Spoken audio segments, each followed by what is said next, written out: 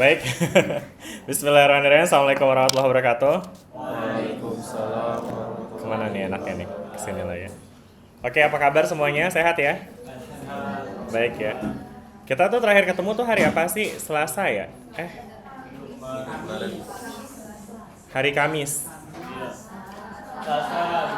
Kamis tuh kalau nggak salah yang itu ya, belajar mandiri ya? Oke, oke. Ya, jadi terakhir kita ketemu Selasa dan terakhir sih seingat saya kita udah bahas tentang Fuye series ya. Tanggal berapa sih itu hari Selasa tuh? Tanggal 3 ya? 3 bukan sih berarti? Tanggal 3 kan ya? Berarti tanggal 3 itu bahasannya kemarin ini ya tentang PR, refleksi, refraksi segala macam. Terus habis itu ada bahasan tentang Fourier series ya kayak gini ya. Oh, terus habis itu ada PR ya terakhir ya. PR tentang Fourier series yang kelihatannya mari kita lihat. Oke. Mau lihat yang paling awal ngumpulin atau akhir? Gantian, paling awal boleh. Atas permintaan Bapak Nara, mari kita lihat. Yang paling awal ngumpulin adalah jeng jeng. Ini ada Salsabila, lalu Naufal Fatronada, dan juga Fatimah Zahro ya. Sebenarnya nggak awal-awal banget juga sih, saya lihat ini rata-rata kumpulinnya juga hari Rabu semua ya, tanggal 4 ya. Karena kalau saya emang deadline ini hari Kamis ya, jadi kayak cuma 2 hari doang ya kerjanya ya. Ya, it's okay, appreciate teman-teman, makasih udah effort untuk kerjain. Ya meskipun kalau kita lihat overallnya sebenarnya cuma ada 2 orang lagi sih yang belum kumpulin tuh ya. Jadi mungkin buat teman-teman yang belum kumpulin mudah-mudahan bisa kumpulin juga ya biar nanti bisa dapat nilainya komplit gitu untuk yang bagian PR-nya ya. Gitu. Oke, baik. Nah, terus kemudian kemarin ada soal apa sih? Kan deret Fouye kan ya. Yang kemudian mungkin sebelum saya lihat-lihat pekerjaan dari yang udah kumpulin, saya mungkin bentuknya pertanyaan dulu aja deh. Ada dari teman-teman yang nggak ngerti nggak tentang apa yang udah dikerjain kemarin? Ada yang terkendala nggak dengan penugasan kemarin? Misalnya bingung gitu, terus habis itu mau ngebahas, Pak, saya bingung nomor ini gitu. Nanti kita bakal bahas pekerjaan kamu itu. Tapi kalian yang nanya gitu, bukan saya yang nanya jadi. Ada yang mau tanya? Ada yang masih bingung dengan pekerjaan kemarin? Mungkin kalau kita ngomongin Fourier series sama ini materinya beririsan dengan matkul Fismat ya nggak sih? Teman-teman udah belajar ini juga di Fismat ya kan? Dan kayaknya udah lewat malah ya materi Fourier series ini ya di Fismat ya. Jadi ya mungkin saya rasa dengan udah sekaligus dipelajari di 2 matkul mungkin teman-teman lebih bisa comprehend ya. Kalau gitu ya udah, kalau misalnya nggak ada yang tanya berarti mungkin kita coba mulai review ya. Pekerjaan siapa nih? Salsa boleh. Karena pemirsa meminta untuk mereview penugasan Salsa, mari kita lihat ya. Tugas Deret Fouye dari Salsa. Mana? Kok? Oh, ini dia. Oke. Nah, ini ada bentar, Salsabila Firdaus. Oke. Ini dia.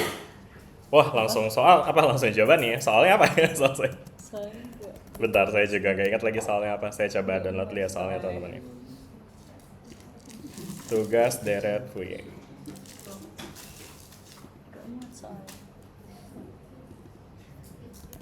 Oke, ini dia soalnya. Jadi pertama di sini diketahui ada deret yang bentuknya seperti ini ya. Fx sama dengan 1 di 0 sampai pi, kemudian negatif 1 di pi sampai 2pi ya kan. Nah, terus kemudian yang ditanya adalah tentukan apakah dia merupakan fungsi genap, ganjil atau bukan keduanya. Nah, terus jawaban Salsa gimana nih Salsa? Boleh Salsa dijelasin apa yang dirimu jawab di sini? Untuk yang A itu Fungsi ganjil katanya Salsa ya jawabannya. Kenapa tuh Salsa dia fungsi ganjil? ya, karena untuk definisi fungsi ganjil itu sendiri kan f dalam kurung min x berarti sama dengan min fx ya. Jadi misalkan fx itu pada interval 0, pada x-nya itu interval 0, x-nya itu kurang lebih dari 0 kurang dari pi, itu sama dengan 1 kan di situ di soal. Nah, berarti kalau f min x itu berarti sama dengan min 1. Dari mana nih? F min X sama dengan min 1. Karena tadi kan sama dengan 1 di situ. Kalau Iya. X-nya jadi min berarti jadi min 1. Kenapa tuh jadi -1? Karena X-nya itu interval dari lebih dari 0 sama kurang dari pi. Bentar, gimana? Karena dari mana tuh jadinya? Kan ini fx, X. ini sama dengan 1, oke. Iya. Nah, terus yang warna biru ini kesimpulan dari mana nih? Jadi itu pada interval pertama itu kan fx-nya sama dengan 1. Jadi Ha-ha. kalau f min x itu jadi min 1, Pak. F min x Ditambahin itu artinya apa sih emang? syarat dari definisi fungsi. Oke, sebenarnya justru ini kan pertanyaan dibalik ya. Kita harus tunjukkan evidence yang membuktikan bahwa dia itu fungsi ganjil gitu ya. Jadi kelihatannya sih ini tuh pembuktiannya nih. Biru hijau ini adalah pembuktiannya. Jadi kalau dia memiliki kondisi hijau biru seperti ini, maka ini adalah fungsi ganjil. Nah, tapi kita belum tahu nih dia ganjil atau genap gitu ya kan ya. Nah, makanya jadi Salsa harus bisa jelasin nih kenapa hijau ini terus jadi biru kayak gini. Ya, terutama yang biru ini sih, kenapa f minus x-nya sama dengan -1? Ya, itu dari mana? Gimana nih kira-kira? Mungkin teman-teman bisa gak bayangin dengan cara digambar aja sebenarnya, teman-teman. Kan dia ceritanya fungsi periodik nih, ya kan? Fungsi periodik itu artinya apa sih? Fungsi yang berulang, betul, ya kan? Sekarang kalau kita punya fungsi seperti yang dipaparkan di soal, ya kan?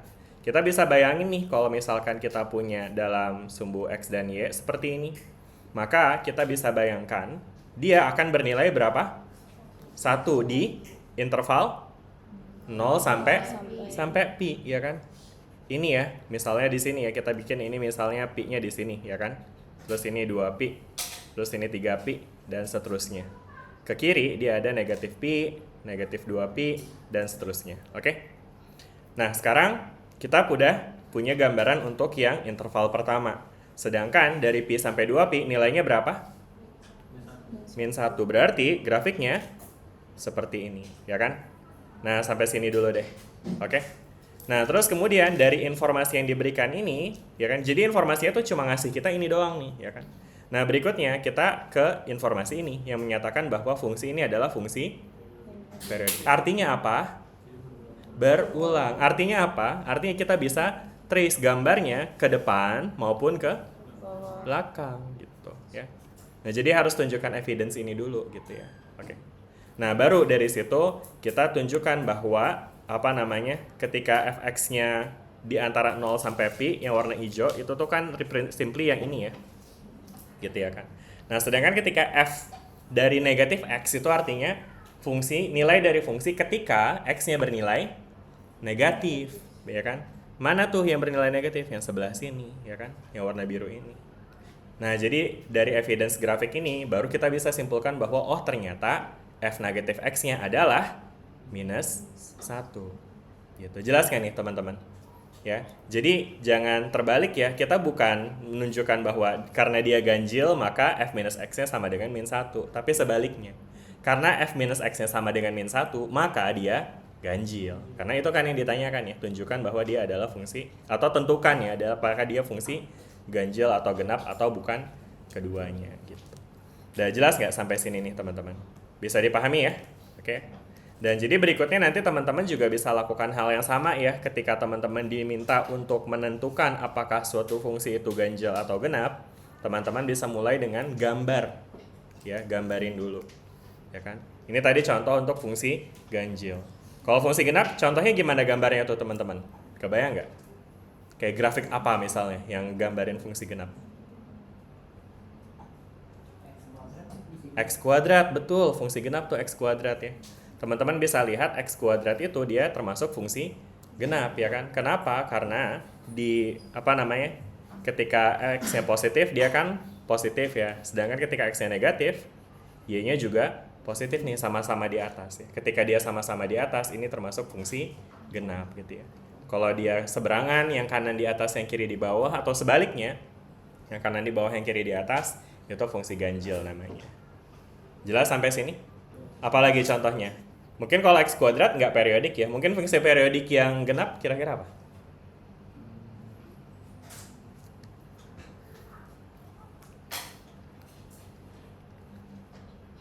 Fungsi ini nih teman-teman. Tahu nggak nih grafik apa? Apa? Sinusoidal. Lebih spesifik bisa? Sinusoidal apa nih? Kan ada dua tuh sinusoidal. Ada sinus, ada kosinus. Ini sinus apa kosinus? Sinus, kosinus. Ayo coba dirundingkan dulu lah. Jangan ada perpecahan. Ayo, sinus apa kosinus? Coba ngobrol dulu. Apa? Kos. Mana tadi yang bilang sin? Udah, udah bisa berhasil diyakinkan ya. Ini cos ya teman-teman ya. Kayak ini agak basic ya sebenarnya. Jadi kan kalau cos itu ketika x-nya 0, y-nya 1 ya kan? Karena cos 0 sama dengan 1 ya kan. Jadi grafiknya kayak gini. Sedangkan kalau cos negatif ini kan kalau kita terusin periodenya begini kan posisinya. Dan di sini teman-teman lihat pola yang serupa tuh ya, dimana ketika yang kanannya positif ternyata kirinya juga positif, dan pola seperti ini menunjukkan bahwa dia fungsi genap ya. Jelas kan ini teman-teman sampai sini ya. Dan ini merupakan salah satu hal yang penting ya dalam metode Dirac-Fourier, terutama karena dengan teman-teman bisa membedakan apakah dia fungsi genap atau fungsi ganjil, teman-teman juga bisa langsung ya menerapkan rumus Fourier-nya ya kan. Karena kan rumus Fourier kan ini ada apa tuh rumusnya? Ada yang inget coba? A0 per 2 dulu nggak sih? Oh iya, boleh A0 terus habis itu AN A0 AN BN doang emang. Boleh lebih komplit? Use Ransya. Mikrofonnya mana? Terus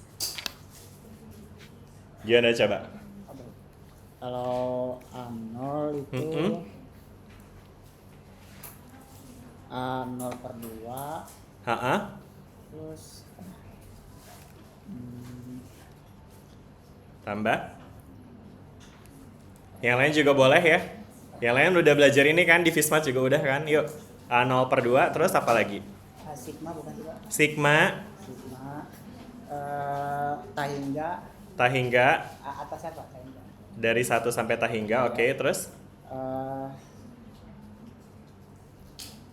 Yang lain juga boleh ya, nggak apa-apa. Yang keras suaranya. AN cos N PX apa? Per L, oke. Ada katanya gitu ya. Terus plus saya nyebrang ya ke sini ya. Sigma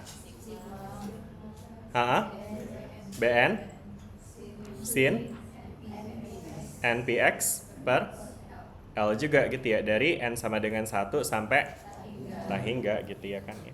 Dan kemudian nanti teman-teman bisa lihat ya, kalau dia memiliki pola ganjil ya kan. Kalau ganjil memang bisa lihat ini mirip kayak grafik sin kan ya. Kalau dia fungsinya fungsi ganjil, maka nanti dia akan memiliki komponen ganjil gitu ya. Yang AN-nya yang 0 jadinya gitu ya kan. Dan sebaliknya kalau dia ternyata memiliki bentukan fungsi genap, berarti BN-nya yang 0 ya, karena dia mirip kayak bentuk cos gitu ya kan. Untuk yang ini tadi ganjil atau genap nih? Ganjil ya kan, karena dia ganjil berarti apa yang 0? Sama AN. Apa? AN-nya apa BN-nya? AN-nya. AN-nya ya kan, ya termasuk A0-nya juga ya, karena A itu dia ya ekspresi dari fungsi ganjil juga gitu ya kan.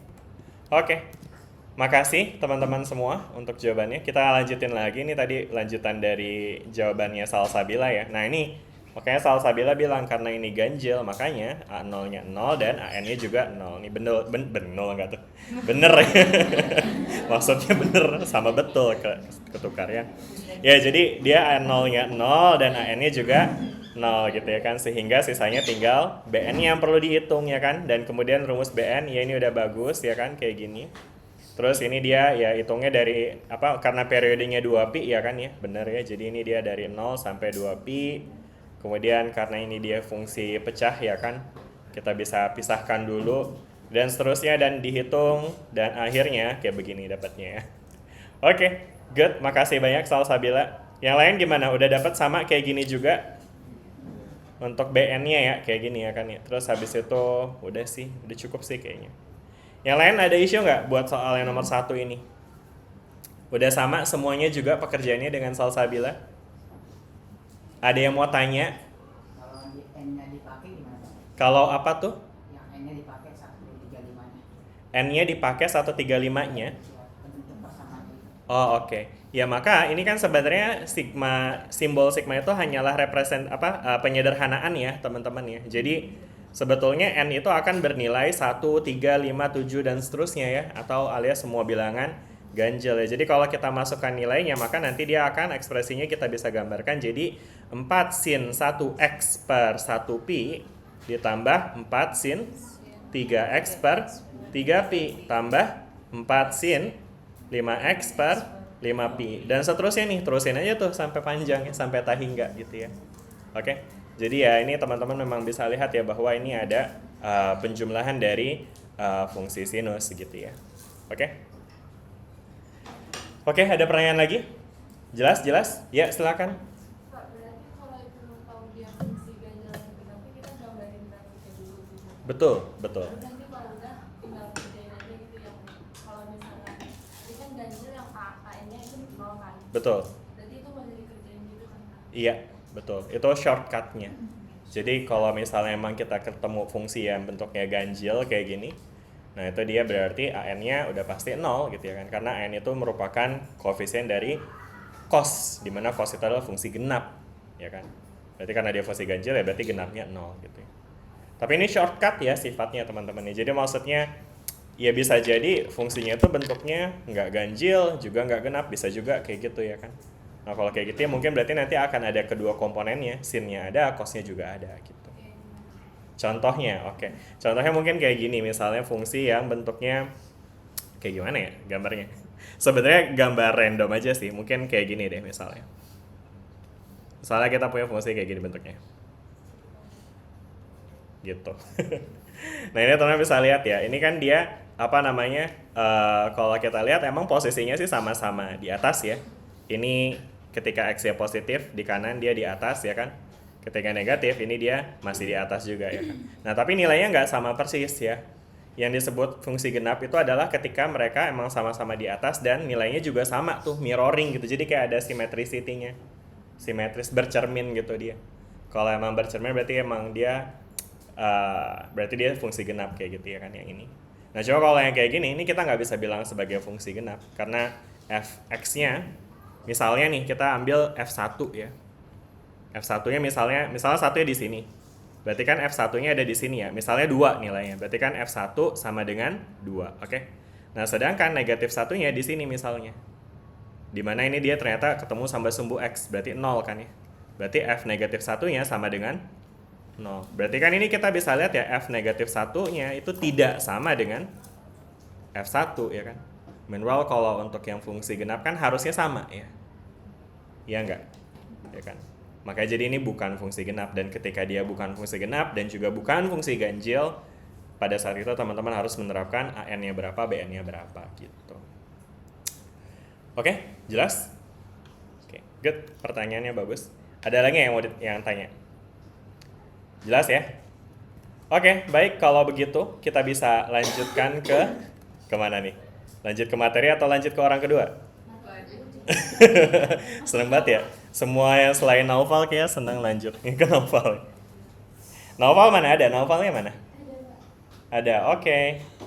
Kita coba lihat ya pekerjaannya Naufal untuk soal nomor, bentar, loh kok ini. Sebentar ya teman-teman. Oke.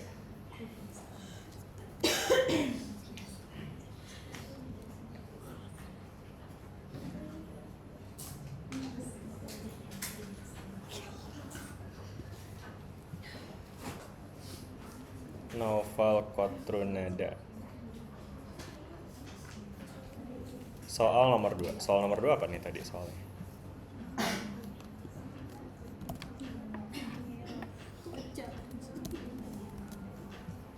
Oke, ini dia soal nomor 2. Waduh, kepotong lagi. Ya, tapi kelihatan lah ya. Diketahui fungsi pada interval 0 sampai pi gitu ya. Dengan fx sama dengan x ya kan. Nah terus habis itu tuliskan bentuk perluasan fungsi menjadi fungsi ganjil pada interval negatif pi sampai di antara negatif P sampai Pi ya. Kemudian habis itu tuliskan rumus umum bentuk koefisien dan seterusnya. Dan kemudian inilah pekerjaan Naufal. Mana tadi pekerjaannya? Oke, nomor 2.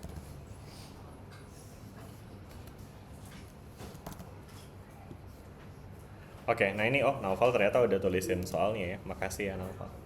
Nah, ini jadi untuk yang soal yang pertama, di sini Naufal tulis kayak gini ya. Boleh dijelasin Naufal kenapa kayak begini? Karena fungsi asli diberikan diberikan sebagai fx sama pada interval x lebih dari 0 kurang dari pi untuk memperluasnya sebagai fungsi ganjil ke interval x kurang dari pi lebih dari pi. Kita menggunakan sifat fungsi ganjil. Apa tuh sifat fungsi ganjilnya? F ganjil x sama dengan min v min x. Gimana kan? F ganjil X? Gimana? F ganjil dalam oke. kurung x sama dengan min f dalam Min. kurung min F dalam X. kurung min x. minus X. Ya. Oke. Oh iya. Maksudnya gini ya, berarti fungsi fx itu sama dengan, oke. Ya sih, benar sih. Tapi kalau misalnya, saya agak nggak familiar aja sih dengan definisi kayak gini. Mungkin bisa refer ke yang tadi juga nih. Sama kayak statementnya, sebenarnya sama ya, kayak yang tadi salah satu list juga, dimana di fungsi ganjil itu f minus x sama dengan minus fx ya. Artinya apa sih? Artinya itu adalah si f di sebelah kiri itu sama dengan negatif fx. Jadi kayak bagian bawah gitu, atau berlawanan dengan ketika f-nya ada di sebelah kanan gitu ya, sederhananya. Ya kan? Dan ini juga yang sama sebenarnya statementnya Naufal ya, kayak gitu ya. Ini juga sama nih, karena maksudnya kalau teman-teman kalikan kedua ruas dengan negatif, maka kita akan dapat ekspresi negatif fx sama dengan f dari negatif x gitu ya. Oke, terus habis itu dari sini kenapa bisa jadi yang ini, Naufal? Boleh dijelasin lagi?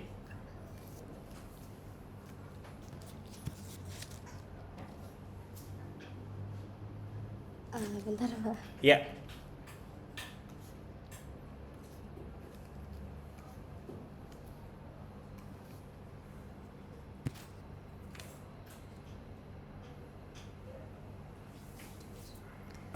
Mungkin kalau kita gambarin pakai grafik juga kita bakal bisa dapetin visualisasinya ya.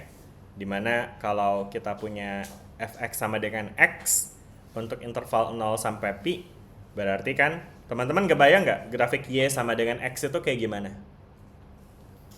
Y sama dengan x atau fx sama dengan x, itu kayak gimana tuh grafiknya?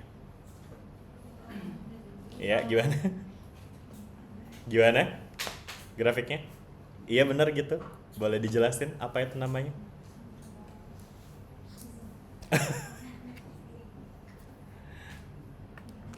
Kayak gimana? Jangan gini-gini lagi tasyahud awal atau gimana? Iya benar ya, gini, itu istilahnya apa? Garisnya lurus aja ya kan ya, garis lurus ya kan, dengan gradien 1 gitu ya. Dan dia melalui titik pusat ya kan. Jadi betul tuh tadi tangannya udah begini-gini. Ya kan? Dan teman-teman juga kayaknya udah tahu kan ya, tapi kayaknya males ngomong aja ya. Jangan males ngomong, kenapa ya? Ya kan, dia kan lagi kuliah, bukan lagi diinterogasi ya. Nggak apa-apa teman-teman, yang ngomong aja. Nah ya, jadi ini di sebelah kanan kan kayak gini ya teman-teman ya. Di sebelah kanan ya kayak gini ya kan. Oke, terus habis itu kalau dia ganjil, tadi katanya Naufal, ini dia harus gini ya. F dari negatif x-nya sama dengan minus fx. Jadi gimana ini Naufal? Dari mana dapat ini?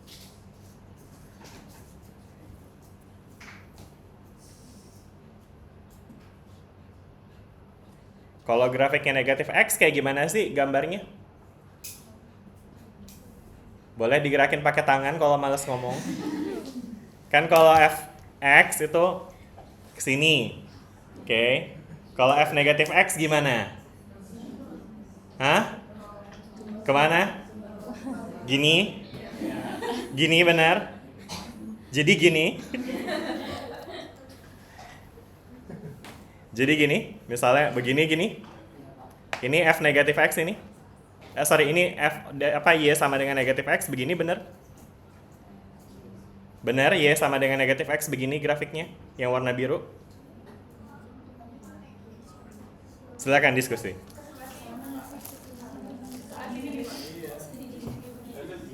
Harusnya gimana? Oke, coba.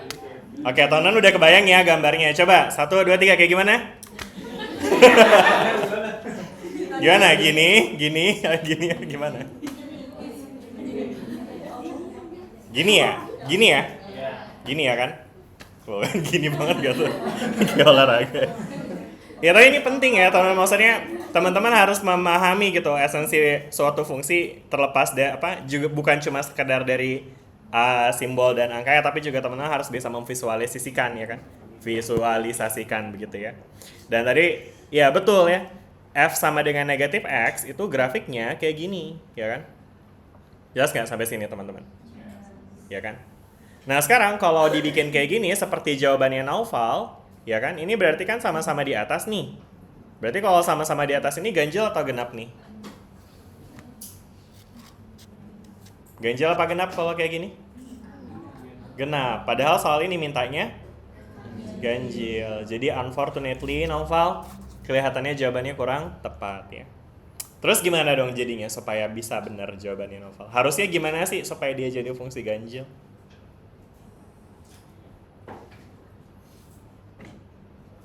Harusnya gimana grafiknya? Bayangin grafiknya aja dulu. Supaya dia jadi fungsi ganjil. Yang udah fix kan di sini dia udah kasih yang hijau fix nih di sini ya kan. Di sebelah kanan dia positif. Kanan tuh mana? Sini ya. Kanan kalian ini. Di sebelah kanan dia positif. Supaya dia jadi fungsi ganjil, maka di sebelah kiri dia harus ke bawah ya kan. Berarti harus begini ya kan. Nah, supaya begitu berarti fungsinya gimana dong?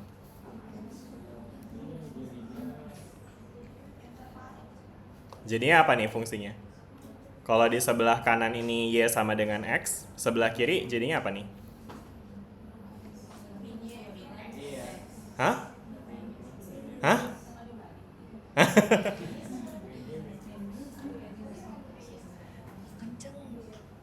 Apa nih yang sebelah kiri? Jadi fungsinya apa yang sebelah kiri? Min Y sama dengan min X. Ribet banget ya? Kenapa nggak Y sama dengan X aja sih? Iya kan ya? Ya kenapa harus ada min Y sama dengan min X ya kan?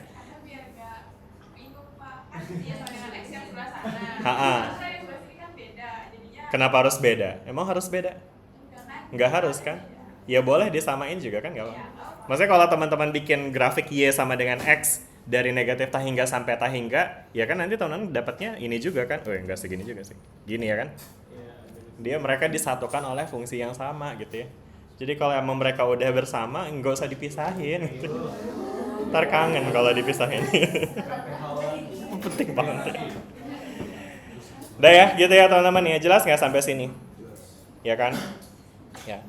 Nah, tapi mungkin yang akan jadi challenging di sini adalah gimana cara untuk nunjukin bahwa dia ini berarti kan challenge-nya adalah fungsi periodik kan ya. Dia tanya apa sih? Kan tuliskan bentuk perluasan fungsi menjadi fungsi ganjil pada interval negatif pi sampai pi.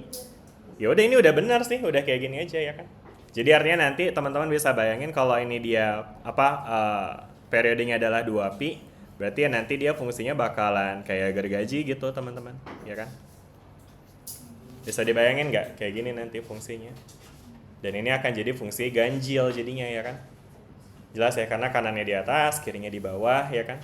Dan ini mirip kayak bentuk grafik sinus lagi kan ya jadinya. Gitu ya, yang kanan di atas, kirinya ke bawah gitu. Dah, jelas nggak sampai sini? Ada pertanyaan nggak? Ada pertanyaan nggak? Nggak ada?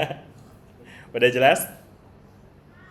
Oke, kalau udah jelas berarti sekarang kita akan lanjut ya ke yang berikutnya nih. Di sini pertanyaannya ada lanjutannya ya. Di sini tuliskan rumus umum untuk menghitung BN ya kan. Nah, ini kenapa BN yang dihitung nih teman-teman, bukan AN? Karena fungsi ganjil. Sama ya, tadi soal yang pertama juga fungsi ganjil juga ya. Ya udahlah ya. Nggak variatif nih yang ngasih soal. Saya yang ngasih.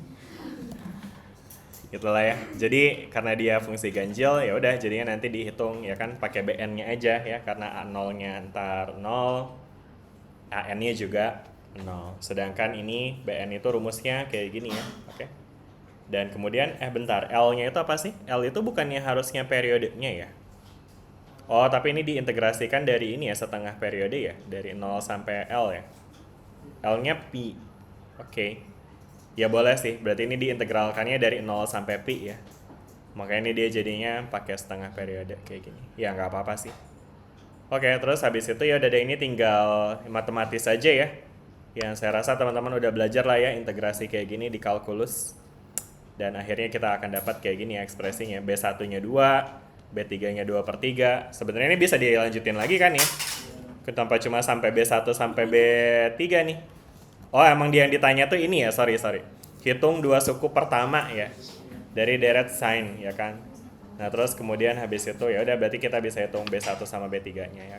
Mungkin kalau emang ditanya suku, sebaiknya jangan cuma nulis B1 B3-nya, tapi dilengkapi juga dengan ekspresi sin-nya ya kan. Karena kan balik lagi rumus Fourier-nya kan ini kan. Deret Fourier-nya itu adalah ini ya, fx sama dengan A0/2 plus sigma AN cos plus sigma BN sin.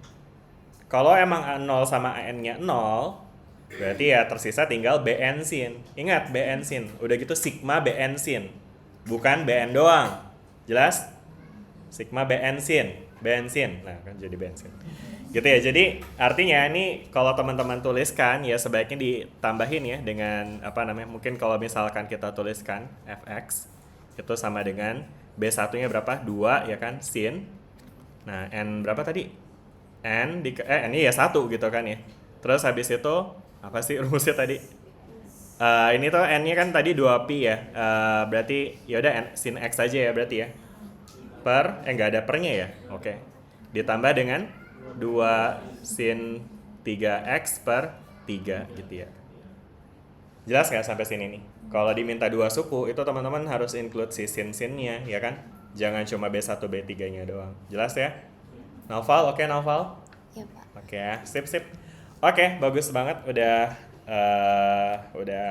di jalan yang benar ya. Tapi paling tadi hopefully teman-teman bisa clarify lagi ya tentang bagaimana cara menentukan fungsi ganjil atau genap ya kan.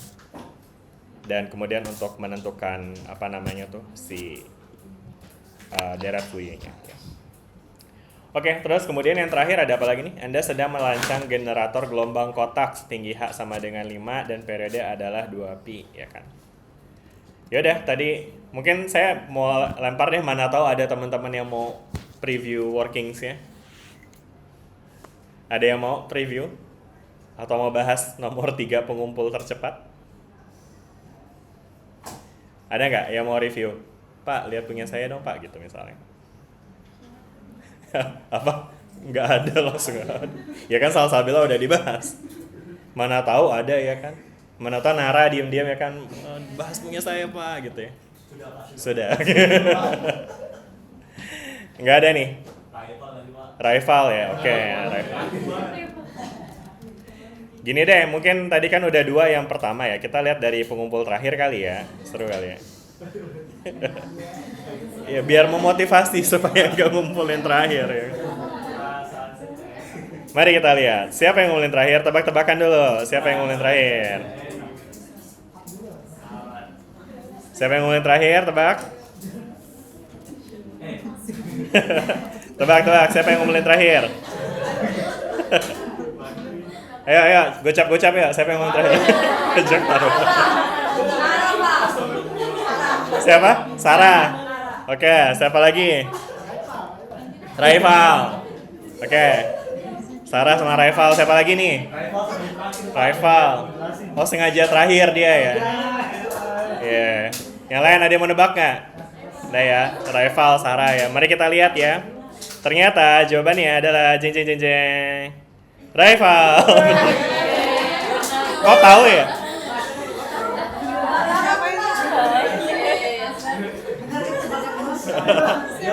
Emang sengaja ya kayaknya ya. Iya.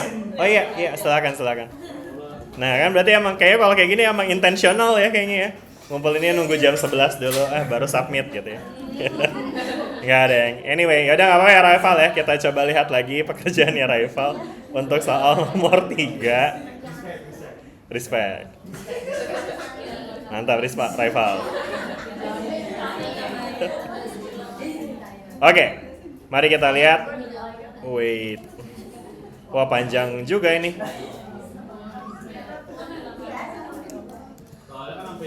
Iya, betul juga ya.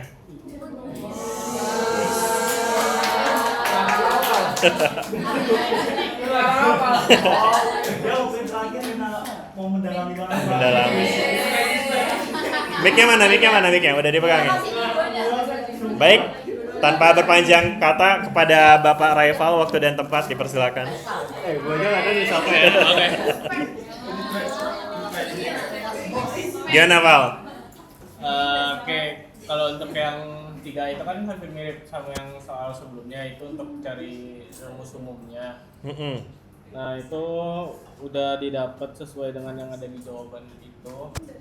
Kalau misalkan fx-nya itu kalau di H itu ketika interval 0 sampai pi, sedangkan untuk yang fx min H itu sama dari pi sampai ke 2pi. Oke, ya ini udah benar sih untuk yang A ya. Iya. Tapi ini fungsi ganjil apa genap jadinya nih? Ini ganjil. Ganjil. Kenapa ganjil? Karena tadi tuh yang dia tuh simetris antara f min x-nya itu sama dengan min fx-nya. Ya, Jadi mirip sama soal yang sebelumnya. yang sebelum nomor 1 ya. Oke, good. Terus. Ya, terus Nomor 2-nya jadi hitung karena nilai. karena fungsi ganjilnya cuma ada suku sinusnya, jadi bentuk umumnya kita pakai bn. Jadi bn-nya itu sama dengan 2 per pi integral 0 sampai pi 5 sin 5 sin nx dx itu 10 per itu kita keluarin 5-nya ya. Jadi dikali dengan 2 jadi 10 per pi. Oke, good. Nah, baru kita lanjut ke integralnya. Seperti biasa ini matematika kayak biasanya aja, kayak yang Asik. sebelumnya. Kayak biasa. Ya maksudnya nggak usah kelamaan nanti. Iya. Siapa? Lanjut Pak. Nah, terus lanjut ke pokoknya hasil akhirnya itu udah ada di situ. Itu terakhirnya itu fx-nya sama dengan sigma n1 ya, n yang ganjil 20 per pn sin nx sama dengan 20 pi dalam kurung sin x. Nah, itu Oke. kayak biasanya. Mungkin boleh dijelasin sedikit nggak? Kenapa ini yang muncul tuh yang ganjil doang sih, Rival? Karena itu tadi kan fungsinya ganjil, jadi yang tua cuma suku-suku ganjil aja. Jadi n-nya 1. Emang kalau n-nya 2 jadinya gimana? Kalau itu masuknya ke fungsi genap. Kalau n-nya 2 jadi genap, jadi 0. Apanya tuh yang 0? Yang itu kan itu min 1 per n dalam kurung min 1 pangkat n min 1. Nah, kalau kita misalnya n-nya genap, misal 2, 4, 6, 8, itu hasilnya 0. Iya. Nice. Oke, yang lain jelas nggak nih? Ya jadi maksudnya sebenarnya kalau bisa sih jangan langsung serampangan karena ini fungsi ganjil, jadi n-nya harus ganjil juga, jangan ya. Tetap dicek dulu gitu ya kan. Makanya jadi tadi dibantu sama Yusran, bagus. Ya ini jadi kalau kita masukin n-nya pakai angka genap, misalnya 2, dia akan jadi 1 dikurang 1. Berapa 1 kurang 1? Gampang banget ya pelajarannya gini-gini doang. Nah, tapi jelas nggak nih sampai sini teman-teman nih? Makanya jadi katanya saudara Rival ini dia 135 gitu ya kan, dia ganjil semua. Oke, lanjut Rival. Itu untuk yang nomor A-nya ya, udah Iya. ya. Terus yang B-nya? Yang B-nya itu kan hitung nilai harmonik pertamanya ya. Untuk nilai harmonik pertama yang disubstitusi dari fungsi fx-nya itu sama dengan 5 ketika Iya. intervalnya 0 Nah, sampai ini mah udah ya sebenarnya. Ini malah udah ketemu dari awal juga udah ketemu kan, ini malah Iya. udah komplit kan ya. Iya, udah komplit. Berarti tinggal langsung ambil aja ini 20 pi Iya, sin jadi x, berarti ya 20 per pi ya. Ya. Oke, good. Yang terakhir yang nomor C. Dan C itu jelaskan secara singkat mengapa penambahan lebih banyak suku harmonik akan membuat bentuk gelombang lebih tajam di tepinya. Nah, ini kalau yang saya cari itu harmonik tinggi dengan frekuensi yang besar itu membantu buat ngepresentasi perubahan mendadaknya pada gelombang kotaknya. Terus kombinasi gelombang sinus ini memungkinkan pendekatan terhadap sisi vertikal dan datar dari bentuk gelombang kotak. Nah, terus meskipun selalu ada riak kecil, jadi semakin banyak harmonik semakin dekat bentuk Fourier dengan bentuk asli gelombang kotak. Nice. Oke, ngerti nggak nih tadi yang nomor C? Beneran? Ngerti? Coba tadi siapa namanya nomor 3 nih? Fatimah Zahra. Mana Fatimah Zahra? Kena lagi.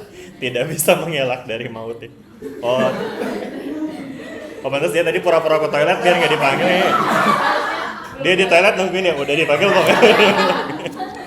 Oke, gimana Fatimah Zahra nomor C? Tadi ngerti nggak yang dijelasin sama Raifal? Katanya kalau harmonik tinggi itu dia bisa lebih dekat sama kotaknya. Kenapa begitu? Bentar, Pak.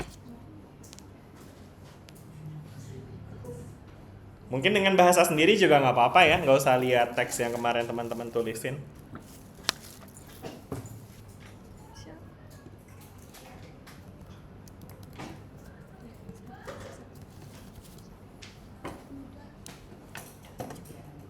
Silakan Fatimah. Dipanggilnya siapa sih? Fatimah atau Zahro? Zahro.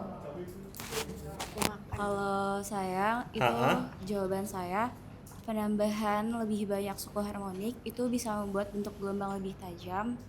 Itu karena semakin banyak suku harmonik yang ditambahkan maka semakin akurat deret Fourier mempresentasikan perubahan yang sangat cepat. Kenapa kalau lebih banyak jadi lebih akurat tuh? Hal ini termasuk diskontinuitas seperti tepi yang tajam pada gelombang kotak karena hal tersebut dapat terjadi karena harmonik yang lebih tinggi memiliki frekuensi yang lebih cepat. Frekuensi tinggi inilah yang memungkinkan kita mereplikasikan detail-detail mendadak tersebut dengan lebih akurat. Sip. Ya itu ya teman-teman ya. Sebenarnya penjelasannya juga jadinya mirip ya sama Raifal. Cuma yang saya pengen tekanin adalah teman-teman juga harus mengerti betul gitu. Maksudnya makna secara grafisnya ya. Jadi mungkin kalau saya coba untuk bentar, ini saya bisa tampilin pakai Desmos nggak ya? Sebentar ya. Desmos. Ya, wait guys. Ini window application capture. Bentar ya teman-teman ya. Mana ya Desmosnya? Oh ini dia. Oke. Ya gede banget ya.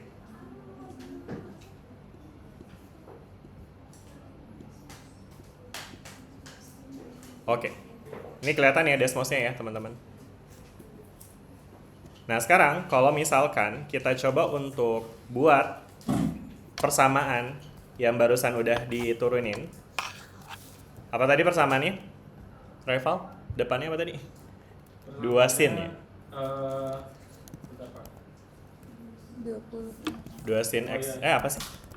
5, apa berapa sih tadi? 20 per pi, apa sih pi per 20? Berapa sih tadi? Apa? 20 per pi sin X. Nah sekarang kalau teman-teman lihat kayak gini, ini udah jadi gelombang kotak belum nih? Belum kan ya? Nah gimana caranya supaya dia jadi lebih kotak? Ditambahin lagi dengan frekuensi yang lebih tinggi. Berapa tuh misalnya?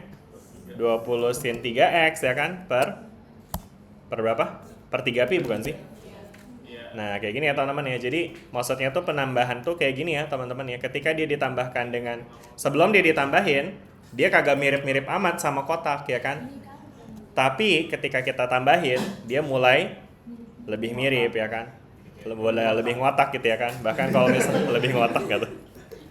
Nah kayak gini ya. Ketika kita tambahin dengan frekuensi yang lebih tinggi, dia kotaknya lebih mirip ya kan. Makanya yang tadi dibilang lebih akurat tuh artinya dia bentuknya lebih mendekati ke kotaknya ya kan. Jelas nggak sampai sini nih teman-teman nih? Ya jadi yang tadi disebut discontinue maksudnya ngerti ya? Discontinue itu adalah di fungsi kotak itu kan ada discontinuity ya. Yang tadinya di atas, tahu-tahu ke bawah ya kan. Nah itu si discontinuity itu bisa kita dekati dengan menggunakan penjumlahan banyak sin atau banyak cos ya, tergantung dari fungsinya ganjil atau genap kayak gitu. Oke, jelas sampai sini? Perlu ditambahin lagi? Udahlah ya cukup ya. Ya terakhir. Sampai ngotak banget.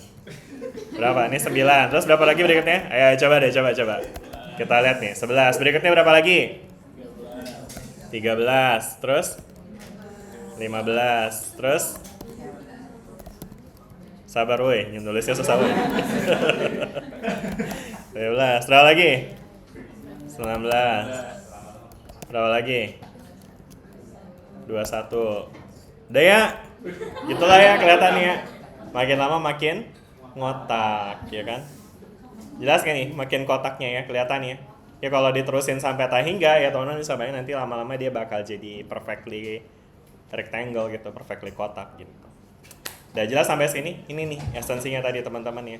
Dan saya harap nanti kan maksudnya kalau emang teman-teman ngerjain di UAS mungkin agak susah tuh kalau harus ngafalin pakai kalimat kayak tadi kan. Jadi maksudnya dengan teman-teman paham kayak gini nanti teman-teman bisa jelasin pakai bahasa teman-teman sendiri, nggak apa-apa gitu ya. Oke? Udah ya, cukup ya sampai sini. Ada pertanyaan nggak sebelum kita akhiri kelasnya? Loh, udah selesai. Udah ya, ini baru belajar PR-nya doang ya. Oke. Udah ya, jelas ya sampai sini ya. Udah 3 soal. Makasih buat siapa aja tadi nih? Ada Salsabila, Naufal, Fatimah Zahro, dan Bapak Raifal. Langganan ya. Tiap sesi dia jelasin terus. Respect. Oke. Baik, sekarang kita akan lanjut ya teman-teman ya ke materi kita berikutnya yang sebenarnya kelasnya tuh hari Selasa kemarin, cuma karena kemarin ada pengukuhan guru besar, saya berhalangan hadir. Jadi kemarin saya udah sempat taruh sih materinya ya. Saya udah kabari juga ke Nara, udah diupdate di Epsilon, udah dikasih tahu ya. Oke, udah pada lihat belum? Apa coba yang dibahas tuh?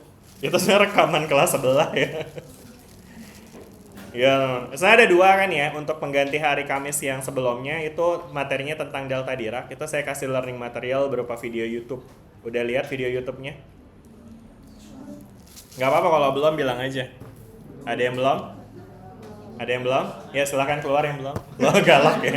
Nggak, canda. Oke, nggak apa-apa, nanti bisa dilihat lagi ya. Sedangkan kalau yang kedua itu adalah ya materi perkuliahan kelas sih. Sebenarnya itu nge-review tentang Fourier ya kan? Ada yang udah lihat? Coba jujur deh, udah lihat angkat tangan. Lihat aja nggak apa-apa benar. Lihat sedetik kayak 2 detik kayak. Lihat judulnya doang. Ya udah. Oke lah. Ya maksudnya ini sih karena emang kita juga ya mungkin saya juga minta maaf ya karena kita beberapa kali jadi kelasnya jadi kurang waktu karena ketemu sama libur lah segala macam. Ya tapi dengan adanya ya yang tadi ya materi belajar yang saya udah kasih mudah-mudahan teman-teman juga tetap bisa untuk catch up dengan materinya ya. Dan untuk materi yang seharusnya kita pelajari kemarin itu terkait dengan review aja sih sebetulnya tentang transformasi Fourier ya. Nanti teman-teman bisa tolong untuk dalami di ya video yang saya kasih ya kan. Yang intinya tuh sebenarnya adalah itu cuma ngulang aja sih yang barusan kita udah kerjain juga ya, di mana transformasi Fourier atau deret Fourier sih lebih tepatnya atau Fourier series.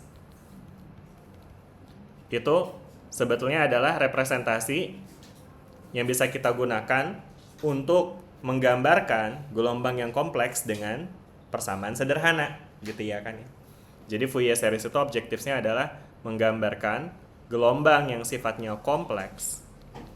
Kompleks itu ya kayak aut-autan gitu ya, atau sesederhana gelombang kotak itu juga sebenarnya hitungannya kompleks kan ya, karena fungsinya mungkin akan ribet ya. Nah ini dia digambarkan dengan ekspresi sederhana gitu ya kan, persamaan sederhana ya kan. Persamaan sederhananya tuh kayak gimana? Persamaan sederhananya itu ya dalam bentuk ini ya, penjumlahan ya kan teman-teman ya. Penjumlahan dari sinus atau kosinus ya kan. Atau yang disebut juga dengan deret ya. Deret itu kan artinya baris yang dijumlahkan kayak gitu ya kan. Dan kemudian habis itu ya kemarin akhirnya kita udah ngobrol ya bahwa kalau dalam konteks sebenarnya yang namanya fungsi gelombang itu nanti teman-teman akan lihat variabelnya itu sebenarnya yang kemarin kita bahas juga tadi dari tadi PR juga itu banyaknya pakai X ya. Tapi sebenarnya nggak necessarily selalu dalam bentuk X ya, bisa juga dia dalam domain waktu ya, atau variabelnya T gitu ya kan. Jadi kalau misalnya variabelnya T berarti nanti periodenya itu ya dalam bentuk T besar gitu ya, bukan lambda atau bukan L kayak gitu teman-teman ya. Dan kemudian dalam bentuk variabel T berarti nanti ya sama ya, ekspresinya nanti akan ada nolnya, kemudian ditambah dengan sigma dari. Nah terus juga kemarin kayak di contoh yang saya kasih dan juga di soal-soal yang kemarin kita kerjain, itu kan dia banyaknya tuh ngomongin dari 0 sampai 2pi gitu ya kan ya, periodenya mostly 2pi itu. Tapi kalau kita ngomongin periode yang lebih umum, maka nanti teman-teman bisa ya ini ya jumlahkan juga ya kan. Ini tentu jumlahnya sama ya dari 0 sampai ta hingga. Nah tapi nanti an cos, an tuh yang sama cos kan ya, benar ya. Nah terus habis itu di sini nih, nah ini yang penting ya. Ini ekspresinya yang sebenarnya lebih umum yaitu bisa kita tulis dengan n omega 0 t gitu ya. Oke, dimana omega itu ya mirip kayak definisi untuk frekuensi sudut yang kita udah tahu ya. Apa frekuensi sudut rumusnya? 2pi per periode gitu ya kan. Jadi emang kalau dia yang namanya fungsi periodik kan pasti punya periode ya. Jadi kalau misalnya periodenya T, berarti nanti ini ada omega 0 per apa yang omega 0 ya. Dimana omega 0 ini bisa diganti dengan 2pi per T gitu ya. Makanya kalau periodenya 2pi, dia jadinya omega 0-nya jadi 1 tuh. Makanya jadinya nt doang atau nx ya kalau variabelnya x gitu. Jelas nggak sampai sini teman-teman? Ini kalau fungsi genap ya kan. Nah, terus kalau misalnya ada elemen ganjilnya berarti ya nanti ada tambahannya yaitu sigma dari Bn sin ya kan. Nah, ini juga sama nih n omega 0t ya kan. Dari n sama dengan 1 sampai t hingga gitu ya kan. Dimana n itu bisa kita dapat dengan 2 per periode, kemudian diintegralkan integral dari apa sih? Ft ya. Ft cos n omega 0t dt dari. Nah, ini kalau kita perumum juga bisa kayak gini juga nih teman-teman. Ya, jadi yang penting integralnya sebenarnya kiri kanannya tuh yang penting lebar rentangnya itu adalah ya satu periode gitu. Oke. Bisa dari negatif T per 2 sampai T per 2, bisa dari 0 sampai T, bisa dari T sampai 2T, ya tergantung dari di mana fungsinya itu didefinisikan gitu ya. Jelas nggak sampai sini? Ya. Kalau yang BN-nya, ya sama ya jadinya, kayak gini teman-teman ya. Jadi kalau kita gambarkan dengan lebih umum bentuknya, maka nanti BN-nya juga bisa kita dapatkan dengan ekspresi serupa, cuma kali ini kita pakainya sin. Udah jelas nggak sampai sini? Sedangkan AO apa AO? Iya, AO 0 terus sih. Ini cuma FT aja gitu ya kan, nggak pakai cos, nggak pakai kayak gitu aja. Oke? Jelas sampai sini? Ya jadi ini kalau pakai domain T ya kan. Nah nanti kalau misalnya teman-teman pakai domain X, berarti nanti biasanya representasinya tuh NKX gitu ya kan. Karena dalam domain X itu kita punya bilangan gelombang ya yang menggambarkan 2pi per lambda gitu ya kan. Jadi periodenya itu lambda. Oke? Jelas nggak sampai sini? Ya jadi dalam hal ini kita punya fungsi gelombang dalam periode dalam domain waktu maupun dalam domain ruang ya. Oke? Jelas nggak sampai sini? Udah ya. Nanti detailnya nanti teman-teman bisa cek lagi ya teman-teman ya di di recorded kelas recording yang udah saya taruh dari perkuliahan sebelumnya sebenarnya, perkuliahan kelas tetangga. Teman-teman kalian juga kan ya, satu angkatan kan ya. Oke. Ya nanti teman-teman bisa lihat ya lebih detail di situ ya penjelasannya, cara hitungnya apa. Sebenarnya cara hitung buat yang ini sih nggak dibahas lagi sih karena ini juga expected udah menguasai gitu ya. Nah jadi ada satu bentuk lagi nih. Jadi kan kalau teman-teman lihat di sini, ini Fourier series yang kita punya, ini dia merupakan penjumlahan dari fungsi sinusoidal ya kan, atau istilahnya ini trigonometric form, oke? Gitu ya. Nah, sedangkan alternatively si Fourier series itu juga bisa dinyatakan dengan penjumlahan apa teman-teman? Apa? Ada yang tahu nggak? Dia bisa dinyatakan dalam bentuk eksponensial ya. Jadi eksponen form ya kan? Oke. Nah, kayak gimana nih eksponen formnya? Jadi kalau eksponen formnya itu nanti kita bisa gambarkan dengan misalnya pakai FT lagi ya. Nah, itu dia nanti lebih simpel malahannya dalam ekspresi secara umumnya karena nanti kita bisa tuliskan dia sebagai Cn E pangkat I N omega 0 T ya kan dari N-nya nah tapi ini nanti bedanya nih dari N-nya negatif tahingga sampai tahingga gitu teman-teman. Oke.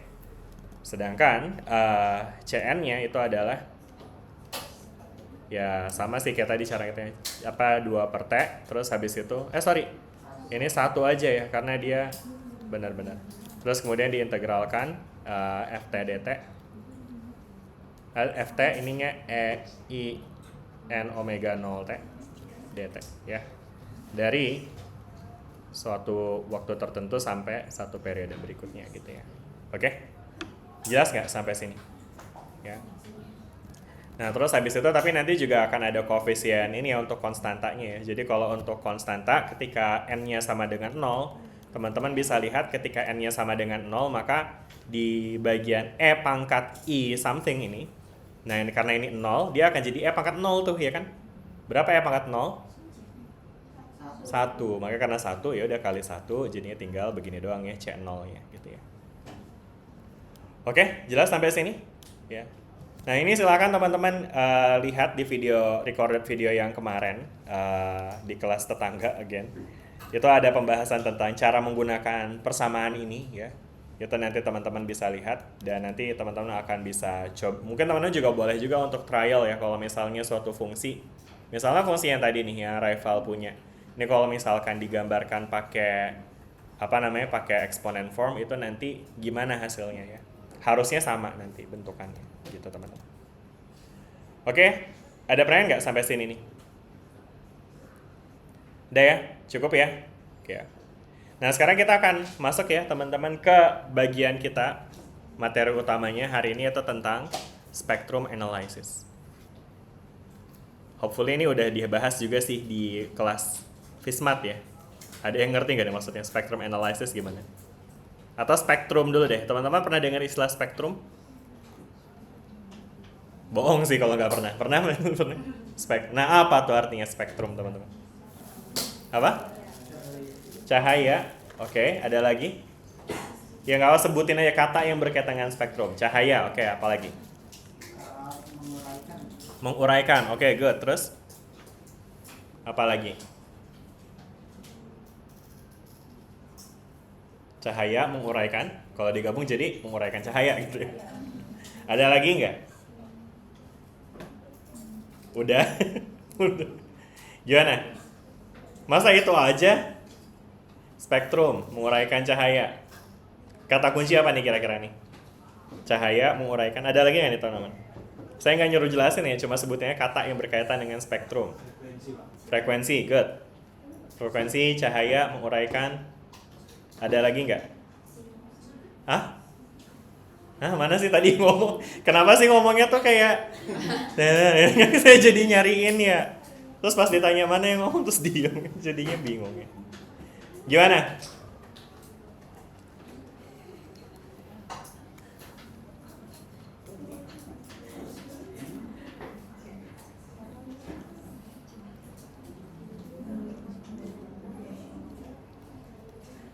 Tadi 3 kata yang kita punya ini ya.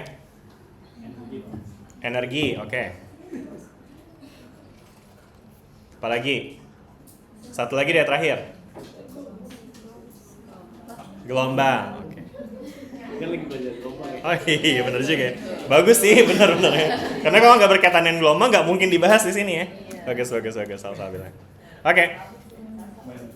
Ya, jadi ya ini udah betul ya. Jadi sebenarnya spectrum analysis itu adalah metode yang digunakan untuk menguraikan frekuensi atau energi dari gelombang. Contohnya cahaya. Gitu.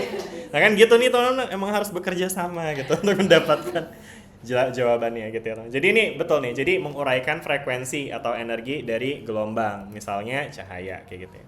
Jadi ini cahaya tuh udah spesifik banget ya. Sebenarnya lebih umumnya lagi kita bisa apply juga pada gelombang kayak gitu ya. Nah ini maksudnya apa sih teman-teman? Jadi maksudnya gini teman-teman. Jadi dari deret Fourier yang kita udah apply, yang udah kita terapkan barusan ya. Kayak misalnya fungsi kotak yang tadi di-generate sama rival. Fungsi kotak dalam bentuk apa sih tadi rival? Gini ya, 5 minus 5. Apa tadi ya? Iya, betul. Terus dari 0 sampai pi ya? Iya. Terus dari pi sampai 2pi ya kan. Nah, ternyata ini bisa diuraikan nih.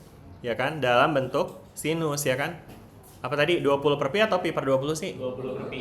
20 per pi terus habis itu sin. Oh, sin X. Sorry kok ini ft sih, mungkin fx kali ya namanya ya. Karena ini domainnya kan ruang ya. Jadi sin x terus plus 1 per 3. sin, bentar, sin Ya, sin 3x. sin 3x per 3. Bentar, ini kenapa sih? Sin 3x per 3. Bentar ya teman, ini ya Allah, 3x per 3. Terus habis itu kita punya apa lagi? Sin 5x per 5. Terus plus sin 7x per 7. Terus berapa lagi? sin 9x per 9 dan seterusnya gitu ya kan. Ya. Nah teman-teman bisa perhatikan nih, dengan deret Fourier kita bisa menguraikan ya gelombang, ini kan gelombang ya karena dia periodik ya tadi, gelombang kotak ya, menguraikan gelombang dalam frekuensinya ya kan. Mana nih frekuensi? Kalau teman-teman ingat, frekuensi itu adalah ya tadi faktor di dalam sin yang dikalikan dengan si x-nya ya kan. Ya. Untuk konteks ruang tentu ini namanya ini frekuensinya itu dalam bentuk k ya atau bilangan gelombang gitu ya teman-teman ya. Jadi kalau kita nyatakan ini dia nilai k-nya sama dengan 1 gitu ya. Ini k-nya 3, ini k-nya 5, ini k-nya 7, ini k-nya 9 ya kan, dan seterusnya ya kan. Dan k-nya ini dia tentu satuannya kan dia nanti akan jadi kayak radian per sekon ya. Atau mungkin untuk konteks again ini konteksnya ruang ya, berarti nanti akan jadi radian per meter gitu ya. Yang tentu ini again ini merepresentasikan frekuensi ya. Tadi teman-teman kita udah lihat juga kan ya bareng-bareng ya, kalau dia sin 9x itu kan dia kayak lebih cepet tuh naik turunnya ya kan, artinya frekuensinya lebih tinggi. Jadi again K itu merepresentasikan frekuensi. Dan dengan deret Fourier ini kita bisa melihat bahwa dengan deret Fourier kita bisa menguraikan nih fungsi gelombang yang tadi kita punya ya kan dalam domain ruang, dalam domain X menjadi domain K gitu ya, domain bilangan gelombang atau domain frekuensi. Ya. Aduh, gimana ya gambarnya? Bentar. Ini kalau misalkan kita tulis ini K-nya ya kan, terus ini adalah suatu fungsi dari K. Nah, nanti di sini ada 1, 2, 3, 4, 5 dan seterusnya. Nah, ini nanti kita bisa gambarkan seperti ini nih. 1, 3, 5 dan seterusnya. Kayaknya nggak asik deh kalau bikin kayak gini. Mungkin ini saya pakai angka ini aja deh. 2, 4, 6, 8, 10. Jadi dia ada frekuensinya di frekuensi 1 ya kan. 3, 5, 7, 9, 11 dan seterusnya. Yang kalau di sini digambarin dia lebih kecil ya, makin ke kanan ya. Kenapa lebih kecil? Karena ini amplitudenya makin kecil ya. Ini amplitudenya 1, ini sepertiga ya kan. Frekuensi 3, amplitudenya sepertiga. Sebenarnya 20 per 3 pi sih ya. Ini 20 per 5 pi, 20 per 7 pi. Artinya semakin besar frekuensinya, amplitudenya atau magnitudonya itu makin kecil. Ya maka kita bisa gambarkan seperti ini ya. Nah inilah grafik yang disebut dengan spektrum ya. Kenapa disebut spektrum? Karena tadi ini dia menguraikan frekuensi atau energi dari suatu gelombang. Gelombangnya yang ini, spektrumnya yang ini, gitu. Jelas nggak sampai sini? Ya. Mana sih tadi gelombangnya? Gelombangnya ini tadi again ya, fungsi ini kan sebenarnya menggambarkan fungsi gelombang dalam domain ruang, ya kan? Yang bentuknya tadi gelombangnya adalah gelombang kotak gitu ya. Gini ya teman-teman ya. Jadi gelombang kotak kayak gini ya kan. Nah, jadi istilahnya nih, domain ini tuh adalah gelombang dalam domain ruang jadinya ya. Sedangkan ini adalah fungsi dalam domain frekuensi. Oke? Domain K gitu ya, domain bilangan gelombang. Udah jelas nggak sampai sini nih? Ya.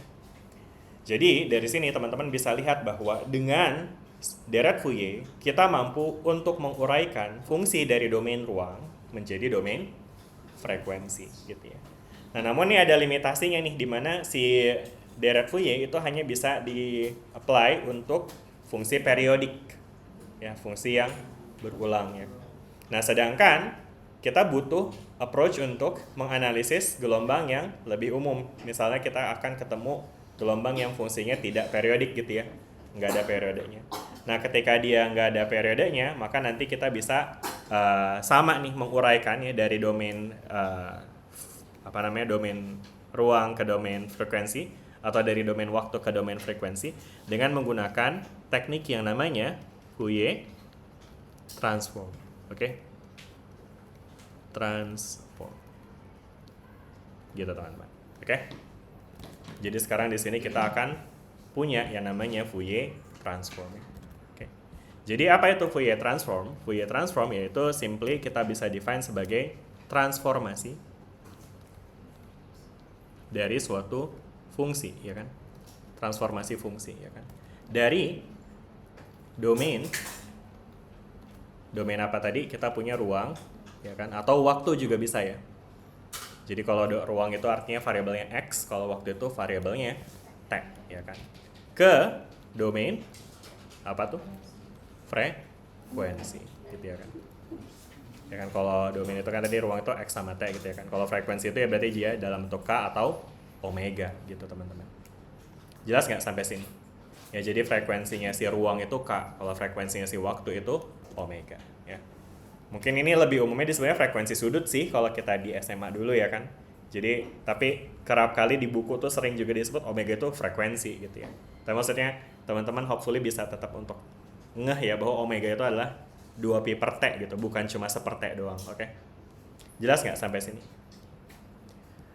Oke, ya. Nah, sedangkan kalau misalkan kita, ini agak ribet nulisnya, ini nggak tahu kenapa apa namanya anotasi saya jadi agak wiggly, jadi mungkin saya akan langsung aja. Ini ya teman-teman, jadi kalau kita punya fungsi dalam domain waktu, ya kan, kemudian kita lakukan transformasi Fourier, maka kita akan dapatkan fungsi dalam domain frekuensi ya. Dan proses transformasi ini disebut sebagai forward transform ya, atau transformasi maju ya. Nah, sedangkan kalau kita lakukan hal yang sebaliknya itu juga masih Fourier transform juga ya. Jadi sebenarnya ini bisa juga atau sebaliknya gitu ya teman-teman ya. Dan sebaliknya. Jadi ada dua jenis transformasi, ada forward transform, ada juga inverse transform ya. Forward transform itu adalah proses untuk mentransformasikan dari domain dari domain waktu ke frekuensi atau dari ruang ke frekuensi ya. Sedangkan inverse transform itu adalah untuk mentransformasikan dari domain frekuensi ke domain waktu gitu ya, atau dari domain frekuensi ke domain ruang gitu. Jelas nggak sampai sini teman-teman? Ada pertanyaan nggak sampai sini dulu? Udah jelas? Ada pertanyaan? Ini prinsipnya dulu ya, kita belum ngomongin rumusnya nih, jadi hopefully belum banyak bingung nih. Maksudnya, tapi kalau misalnya masih ada bingung di sini, boleh disampaikan dulu sebelum makin bingung. Karena ketemu angka nanti habis ini. Untuk esensinya udah ngerti? Udah ngerti? Oke, mic-nya di mana? Itu ya. Coba jelasin deh, Fourier transform itu apa? Siapa namanya? Zahra. Oke, gimana Zahra?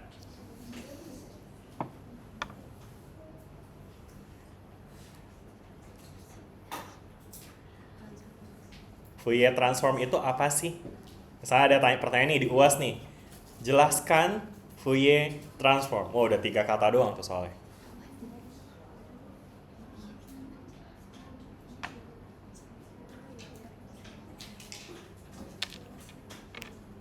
Transformasi fungsi dari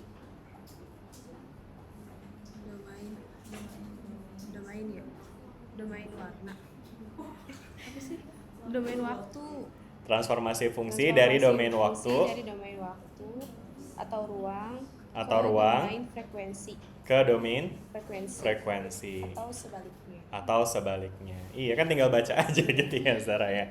Oke. Maksudnya gimana tuh Zara? Domain frekuensi itu artinya apa sih? Atau mungkin jangan Zahra deh, yang lain deh. Mic-nya di mana sekarang? Satu lagi. Ngaku. Mana? Lah, bangku kosong. Kasih ke siapa ya? Tadi udah ya. Mungkin ke ya boleh sebelah ini. Abian. Ya, Abian boleh jelasin nggak sih domain frekuensi itu maksudnya apa sih? Dipegang mic-nya. Ini kalau saya arahin ke Abian kena kealangan proyektor ya. Nah, ini. Silakan.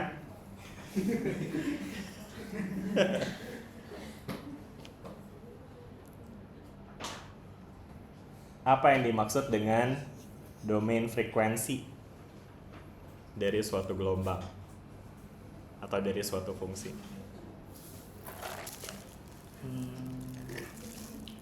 Cara untuk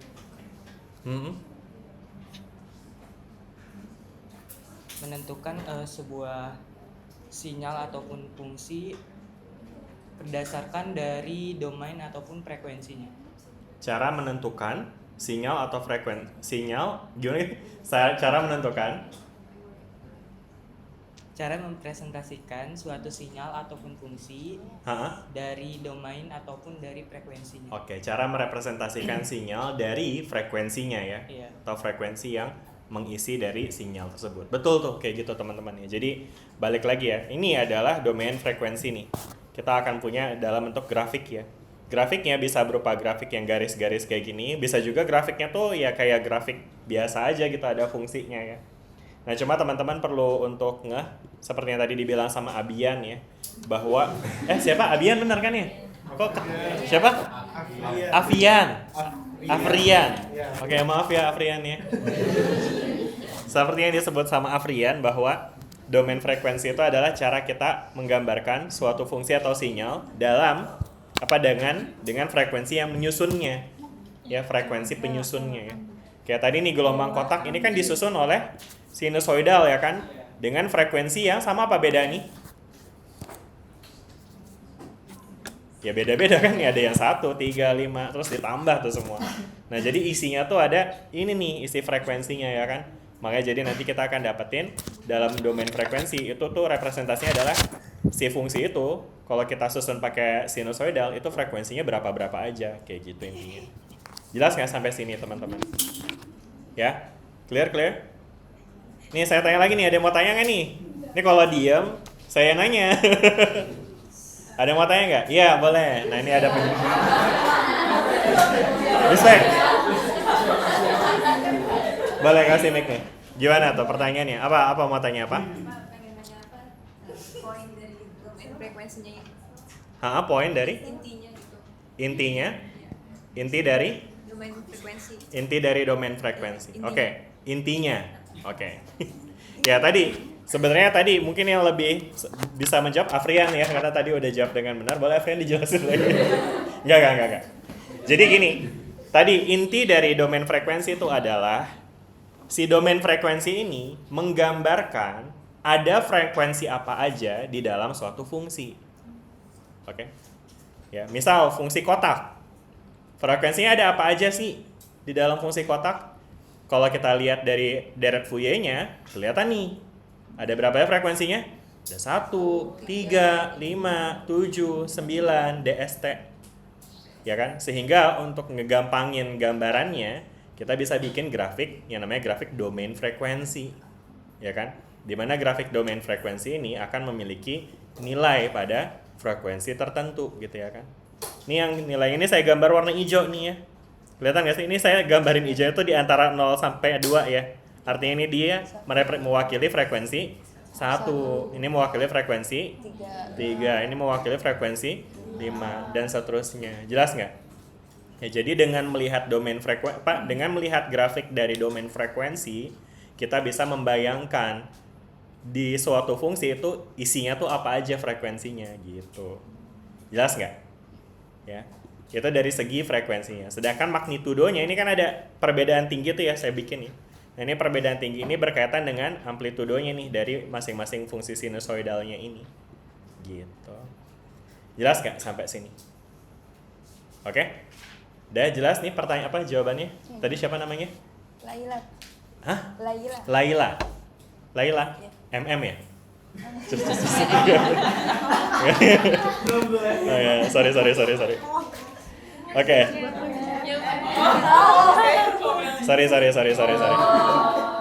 Sorry.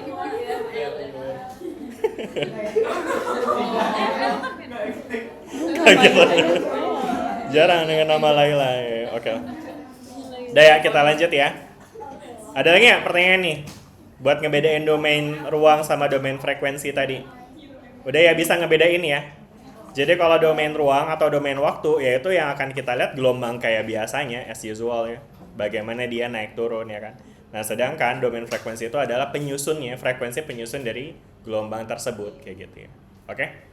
Nah nanti kita bisa nih mengubah suatu fungsi dari domain ruang menjadi domain frekuensi dengan sebuah skill enggak tuh? Dengan sebuah jurus yang namanya transformasi Fourier gitu ya.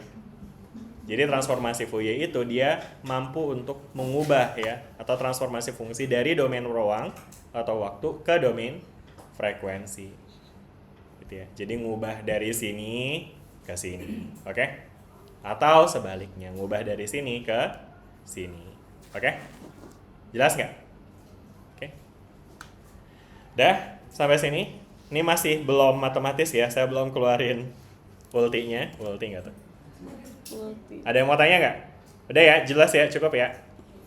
Nah sekarang, bagaimana persamaan dari transformasi Fourier? Nah ini, ada dua jenis transformasi tadi ya. Ada forward transform, ada inverse transform. Untuk forward transform, karena dia untuk mendapatkan domain frekuensi dari domain waktu, ya kan? Maka kita bisa integralkan nih fungsi dari domain waktunya terhadap E negatif I omega T dt, ya, dari negatif tahingga sampai tahingga. Ya, kemudian nanti dia hasilnya ya si domain frekuensinya gitu ya. Dan sedangkan ketika kita mau balik nih inverse transform, sebenarnya kalau teman-teman lihat rumusnya mirip ya. Cuma bedanya nih ya, perhatiin ya. Di sini tuh kalau yang forward itu E pangkat negatif ya. Kalau yang inverse itu E pangkat positif I omega T. Oke, jelas? Ya, kemudian habis itu di sini ada 1/2 pi-nya ya untuk membalik ya. Oke, itu aja sih palingan. Nah, nanti paling yang utamanya sih gimana cara kita pakai rumus-rumusan ini kan ya. Ya, jadi rumusnya mah begini aja ya. Habis itu ini tadi again yang saya gambarkan di sini untuk variabel waktu ya. Hopefully teman-teman juga bisa kebayang kalau kita ngomongin variabel ruang, berarti nanti f-nya ini bukan ft tapi fx ya. Terus omeganya jadi k gitu ya. Jadi negatif i kx ya kan. Dimana k itu adalah 2pi per lambda. Jelas nggak? Ya, terus ininya juga jadi fk nih, bukan f omega. Oke? Clear? Udah ya, ada pertanyaan nggak nih sampai sini? Udah ya? Oke. Nah, baik, sekarang kita akan masuk ke contoh soal. Contoh. Di sini kita punya suatu fungsi ft yang kita bisa gambarkan dengan 2 sin 3t ya. Sebenarnya dari sini sih udah kelihatan ya berapa frekuensinya? 3 kan ya. Oke ya. Jadi artinya kalau kita gambarin pakai domain frekuensi ya nanti kita akan dapetin garis gitu ya di frekuensi 3 gitu ya kan. Nah, tapi sekarang kita coba untuk menerapkan persamaan Fourier tadi ya. Ketika kita ingin mencoba untuk mendapatkan fungsi dalam domain frekuensinya, maka kita bisa pakai rumusnya tadi ya kan. Ada yang nyatet tadi rumusnya apa? Integral dari ft. Oh bentar, dari negatif tahingga sampai tahingga ya. Ft terus E pangkat minus I omega T dt gitu ya kan. Oke. Nah, terus habis itu berarti ini kita bisa masukin tuh ya kan ft-nya yaitu 2 sin 3t ya kan. E pangkat negatif I omega T dt dari negatif tahingga sampai tahingga ya kan.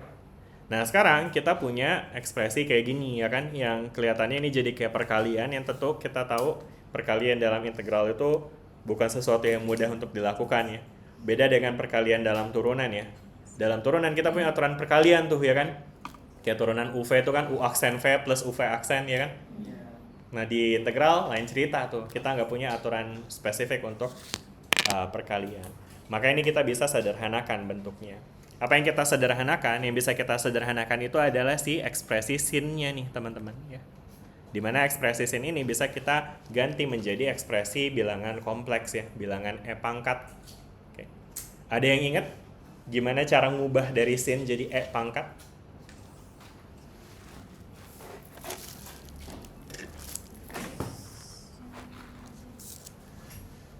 Teman-teman udah pernah belajar ini kan ya, ekspresi bilangan Euler Euler form E pangkat I theta misalnya. Itu kalau kita ubah dalam bentuk trigonometri jadi apa sih? Cos theta tambah I sin theta. Kalau E pangkat negatif I theta apa teman-teman? Cos theta min I sin theta. Ya kan? Nah, sekarang kalau teman-teman coba untuk kurangin ya. Dia bakal jadi apa nih? Sebelah kirinya akan jadi I theta dikurang negatif I theta. Sama dengan cos dikurang cos, habis I sin dikurang negatif I sin, tambah 2I sin theta. Nah, jadi kalau kita bagi keduanya dengan 2I, kita akan dapatkan identitas untuk sin ya. Sin theta sama dengan I theta minus negatif I theta per 2I gitu ya. Jadi ini yang hijau yang hijau. Bentar, sin tetanya doang ya. Duanya masih ada di situ ya. Nah, ini kita bisa ganti tuh dengan ekspresi yang barusan kita define ya kan? Ya. Anyway, ini 2 ini kan koefisien ya. Bisa aja nih kita langsung keluarin ya dari faktor integrasi. Kok keluarnya jadi 3? 2 integral. Terus habis itu jadi apa nih? Sin 3t-nya jadi apa? Barusan I 3t dikurang min I 3t per terus min I omega t dt. Nah gitu ya. Oke. Dari negatif tak hingga sampai tak hingga. Oke. Nah terus apa lagi nih? Ini si 2i sebenarnya bisa kita keluarin juga ya, karena dia kan konstan ya. Nah berikutnya ini tinggal kita apa ini? Berarti ini tinggal kita kalau mau buka kurungnya, berarti kita kalikan ya masing-masing suku yang ada di dalam kurung dengan si negatif omega t ya kan. I 3t dikali negatif I omega t jadi berapa tuh? Pangkat. Mungkin kita tulis gini dulu deh. Gitu ya. Dikurang negatif I 3t dikali negatif I omega t dt gitu ya. Nah terus ini ada 2/2i, dia jadinya 1/i ya. 1/i nya sama. Oke, terus habis itu ini ya nih. Ini jadi nih. Jadi habis. Hah? Yang I-nya kenapa? I-nya habis. I-nya?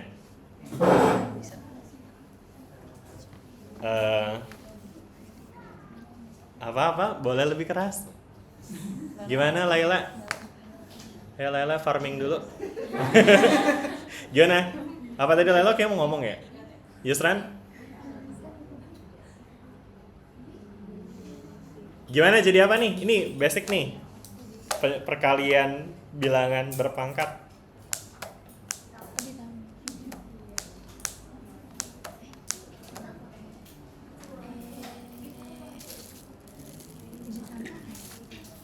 Come on guys.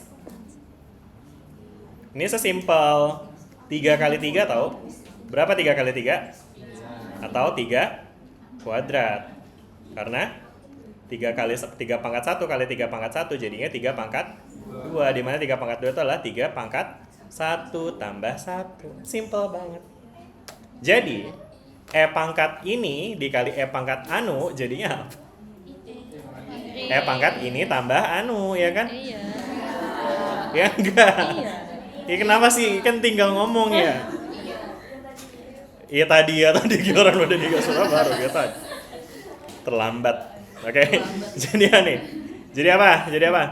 I 3t I 3t ditambah min atau ya udah berarti dikurang ya I omega omega t. t. Ya. Terus Dikurang min I 3t min I omega t. Iya benar.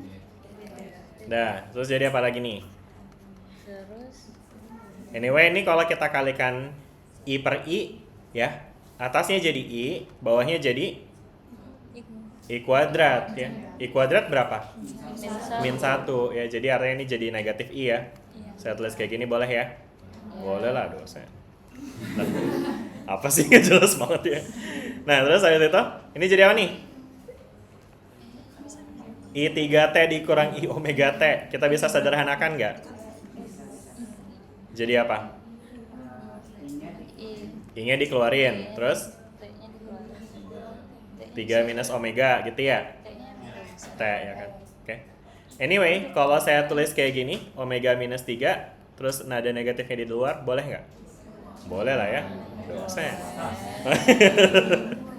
Terus, kalau yang ini, negatif I, ini omega plus 3 ya, dt.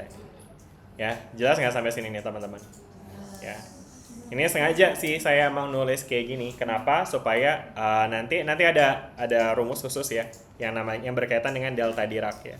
Itu sebenarnya kita harusnya bahas di materi kita sebelumnya, tapi it's okay lah ya. Anyway, ini kalau kita separasi integrasinya, berarti nanti kita akan punya integral dari negatif tahingga sampai tahingga dari E pangkat negatif I omega minus T, omega minus 3 T dt dikurang integral dari negatif tahingga sampai tahingga E pangkat negatif I omega plus T dt. Udah sampai sini lo dah. Nafas dulu. Minusnya kenapa? Minus yang di depan yang mana tuh? Oh iya benar juga. Wow. Itu 3. Saya tidak fokus. Oke. Atau ya kayak gini ya. Itu 3-nya enggak. 3-nya kenapa? Itu yang sebelah kanan. 3 yang sebelah kanan. Oh iya benar. Wow. Saya lapar kayaknya. Deh. Ini emang hati-hati ya teman-teman. Saya tadi barusan cuma ngasih contoh aja bahwa careless mistakes kayak gitu kerap terjadi, ya kan?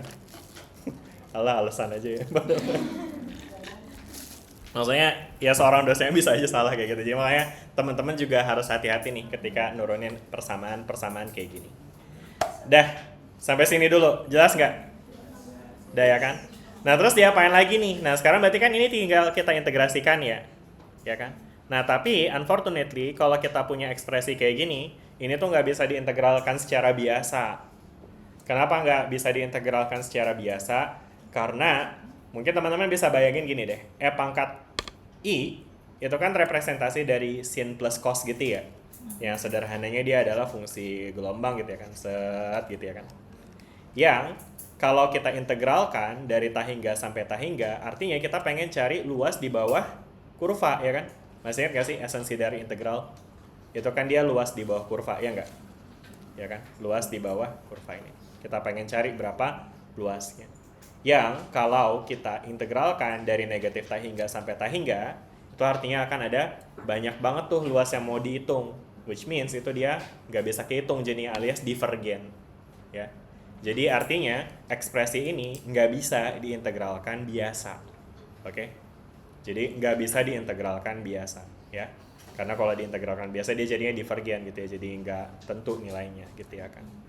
Nah terus gimana dong caranya? Nah jadi di sini ada satu teknik khusus ya, yang berkaitan dengan delta Dirac function. Apa? Delta Dirac function.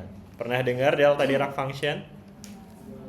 Masa di Fismat nggak dibahas? Masa? Delta, ya ampun tulisannya jelek banget. Kenapa ini kok dia nulisnya jadi pelan-pelan banget? Delta Dirac function. Oke, nah ini dia. Kelihatan nggak sih ini? Masih kelihatan kan ya? Kok funktor? Ada i-nya dulu harusnya. Function, gitu ya. Nah, delta Dirac function ini adalah fungsi yang bisa kita gunakan untuk menggambarkan nilai pada untuk menggambarkan suatu value pada nilai tertentu gitu teman-teman. Jadi ini secara umum, mungkin saya langsung aja copy dari sini deh. Nah ini ya, jadi delta Dirac function itu dia simbolnya kayak gini nih. Ya, ini disebutnya delta Dirac ya. Oke. Nah ketika kita punya delta Dirac omega ya, nah itu dia nanti representasinya dia bernilai tahingga pada omega sama dengan 0, sedangkan dia akan bernilai 0 di nilai lainnya, oke? Jadi kalau misalkan kita punya delta tadi ya, delta omega ya kan? Nah, berarti itu nanti akan merepresentasikan apa namanya suatu garis vertikal gitu ya di nilai 0 gitu. Jelas nggak sampai sini? Ini untuk delta omega, representasinya kayak gini. Oke? Ya. Nah, sedangkan kayak misalnya contoh lain lagi nih, kalau misalkan kita punya delta omega minus 3 gitu ya kan. Nah, ini artinya sama kayak tadi ya, dia akan bernilai ta hingga di omega minus 3 sama dengan 0 ya. Atau kalau omega minus 3 sama dengan 0, berarti kan omeganya sama dengan 3 ya kan. Omeganya sama dengan 3. Jadi artinya di nilai omega sama dengan 3, yaitu dia nanti nilainya ta hingga ya. Jadi again kalau misalnya tadi garis bilangannya menggambarkan omega atau frekuensi, maka nanti kita akan punya garis vertikal di 3 gitu. Jelas gak? Kenapa cuma di 3? Karena si lebihnya itu 0 ya. Di else-nya, elsewhere-nya, di selain omega minus 3 sama dengan 0, itu dia nilainya 0. Makanya dia merepresentasikan ya garis vertikal kayak gini. Oke? Jelas gak sampai sini? Itu adalah definisi dari delta Dirac ya. Nah, sedangkan si delta Dirac ini nanti akan punya beberapa sifat ya. Sifat-sifat dari delta Dirac ya kan. Nah, kemudian salah satu sifatnya yang akan kita bisa gunakan untuk ekspresi yang tadi adalah sifat yang nomor 3 ini nih ya. Dimana integral dari E I omega T dt itu adalah 2pi delta Dirac omega gitu. Oke? Udah ya. Nah, sehingga balik lagi nih ke ekspresi yang kita punya di sini. Nah, berarti kalau kita punya kayak gini, berarti ini kita bisa nyatakan dengan sifat ketiga delta Dirac yang tadi ya. Dimana, ya Allah ya Rob. Ini kayaknya laptop saya udah mulai panas sendiri deh. Nah, dia nanti akan jadi ini nih, 2pi, ya kan? Kemudian ini jadi delta Dirac. Nah, ini kita ambil nih dalamnya nih, ya kan? Yaitu omega minus 3. Oke? Ya, terus kemudian ini ada minus ya, 2pi. Kemudian delta Dirac lagi.